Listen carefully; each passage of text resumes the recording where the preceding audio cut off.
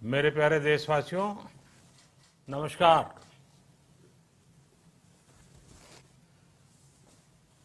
Corona वैश्विक महामारी के खिलाफ लड़ते लड़ते अब हम अनलॉक 2 में प्रवेश कर रहे हैं और हम उस मौसम में भी प्रवेश कर रहे हैं जहां सर्दी, जुकाम, खांसी, बुखार, ये सारे न जाने क्या क्या होता है, ये मामले बढ़ जाते हैं। ऐसे में मेरी आप सभी देशवासियों से प्रार्थना है कि ऐसे समय अपना ध्यान रखिए। साथियों, ये बात सही है कि अगर कोरोना से होने वाली मृत्यु दर को देखें तो दुनिया के अनेक देशों की तुलना में भारत संभली हुई स्थिति में है। समय पर किए गए लॉकडाउन और अन्य फैसलों ने भारत में लाखों लोगों का जीवन बचाया है, लेकिन हम ये भी देख रहे हैं कि जब से देश में अनलॉक 1 हुआ है, व्यक्तिगत और सामाजिक व्यवहार में लापरवाही जरा बढ़ती ही चली जा रही है। पहले हम मास्क को लेकर, 2 गज की दूरी को लेकर 20 सेकंड तक दिन में कई बार हाथ धोने को लेकर बहुत सतर्क थे, लेकिन आज जब हमें ज्यादा सतर्कता की जरूरत है तो लापरवाही बढ़ना बहुत ही चिंता का कारण है। साथियों, लॉकडाउन के दौरान बहुत गंभीरता से नियमों का पालन किया गया था। अब सरकारों को, स्थानीय निकाय की संस्थाओं को, देश के नागरिकों को फिर से उसी तरह की सतर्कता दिखाने की जरूरत है। विशेषकर कंटेनमेंट जोन्स, उस पर तो हमें बहुत ध्यान देना होगा। जो भी लोग नियमों का पालन नहीं कर रहे हैं, हमें उन्हें टोकना होगा, रोकना होगा और समझाना भी होगा। अभी आपने खबरों में देखा होगा, एक देश के प्रधानमंत्री पर 13,000 रुपये का जुर्माना इसलिए लग गया क्योंकि वो सार्वजनिक स्थल पर मास्क पहने बिना गए थे। भारत में भी स्थानीय प्रशासन को इसी चुस्ती से काम करना चाहिए। ये 130 करोड़ देशवासियों के जीवन की रक्षा करने का अभियान है। भारत में गांव का प्रधान हो या देश का प्रधानमंत्री, कोई भी नियमों से ऊपर नहीं है। साथियों, लॉकडाउन के दौरान देश की सर्वोच्च प्राथमिकता रही ऐसी स्थिति न आए कि किसी गरीब के घर में चूल्हा न जले। केंद्र सरकार हो, राज्य सरकारें हो, सिविल सोसाइटी के लोग हों, सभी ने पूरा प्रयास किया कि इतने बड़े देश में हमारा कोई गरीब भाई बहन भूखा न सोए। देश हो या व्यक्ति, समय पर फैसले लेने से, संवेदनशीलता से फैसले लेने से किसी भी संकट का मुकाबला करने की शक्ति अनेक गुना बढ़ जाती है। इसलिए लॉकडाउन होते ही सरकार प्रधानमंत्री गरीब कल्याण योजना लेकर आई। इस योजना के तहत गरीबों के लिए 2.25 लाख करोड़ रुपए का पैकेज दिया गया। साथियों, बीते 3 महीनों में 20 करोड़ गरीब परिवारों के जनधन खातों में सीधे 31,000 करोड़ रुपया जमा करवाए गए हैं।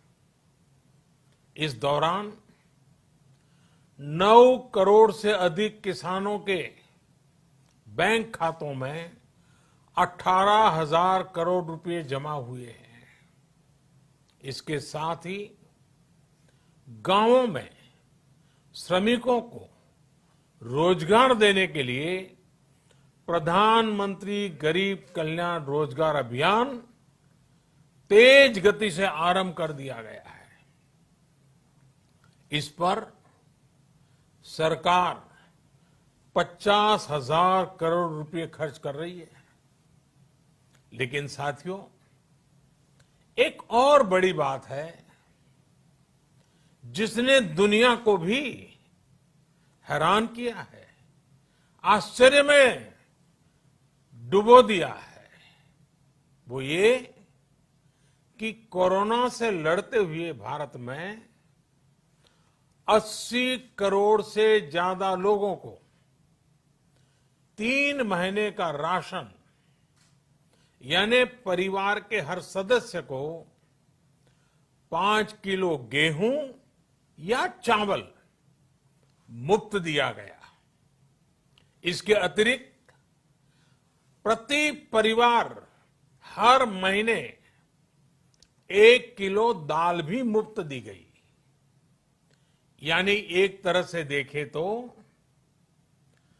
अमेरिका की कुल जनसंख्या से 2.5 गुना अधिक लोगों को, ब्रिटेन की जनसंख्या से 12 गुना अधिक लोगों को और यूरोपियन यूनियन की आबादी से लगभग 2 गुने से ज्यादा लोगों को हमारी सरकार ने मुफ्त अनाज दिया है। साथियों, आज मैं इसी से जुड़ी एक महत्वपूर्ण घोषणा करने जा रहा हूं। साथियों, हमारे यहां वर्षा ऋतु के दौरान और उसके बाद मुख्य तौर पर कृषि क्षेत्र में, एग्रीकल्चर सेक्टर में ही ज्यादा काम होता है। अन्य दूसरे सेक्टरों में थोड़ी सुस्ती रहती है। जुलाई से धीरे धीरे त्योहारों का भी माहौल बनने लगता है।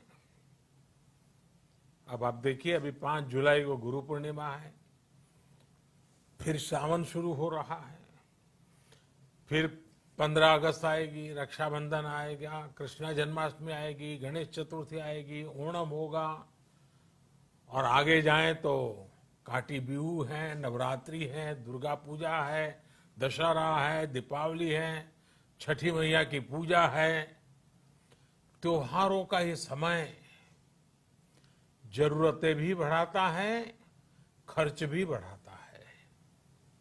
इन सभी बातों को ध्यान में रखते हुए ये फैसला लिया गया है कि प्रधानमंत्री गरीब कल्याण अन्न योजना का विस्तार अब दिवाली और छठ पूजा तक, यानी नवंबर महीने के आखिर तक कर दिया जाएगा। यानी 80 करोड़ लोगों को मुफ्त अनाज देने वाली ये योजना अब जुलाई, अगस्त, सितंबर, अक्टूबर, नवंबर में भी लागू रहेगी। सरकार द्वारा इन 5 महीनों के लिए 80 करोड़ से ज्यादा गरीब भाई बहनों को हर महीने परिवार के हर सदस्य को 5 किलो गेहूं या 5 किलो चावल मुफ्त मुहैया कराया जाएगा। और साथ ही प्रत्येक परिवार को हर महीने 1 किलो चना भी मुफ्त दिया जाएगा। साथियों, प्रधानमंत्री गरीब कल्याण अन्न योजना के इस विस्तार में 90,000 करोड़ रुपए से ज्यादा खर्च होंगे। और अगर इसमें पिछले 3 महीने का खर्च भी जोड़ दें तो ये करीब करीब 1.5 लाख करोड़ रुपया हो जाता है। अब पूरे भारत के लिए हमने एक सपना देखा है। कई राज्यों ने तो बहुत अच्छा काम भी किया है।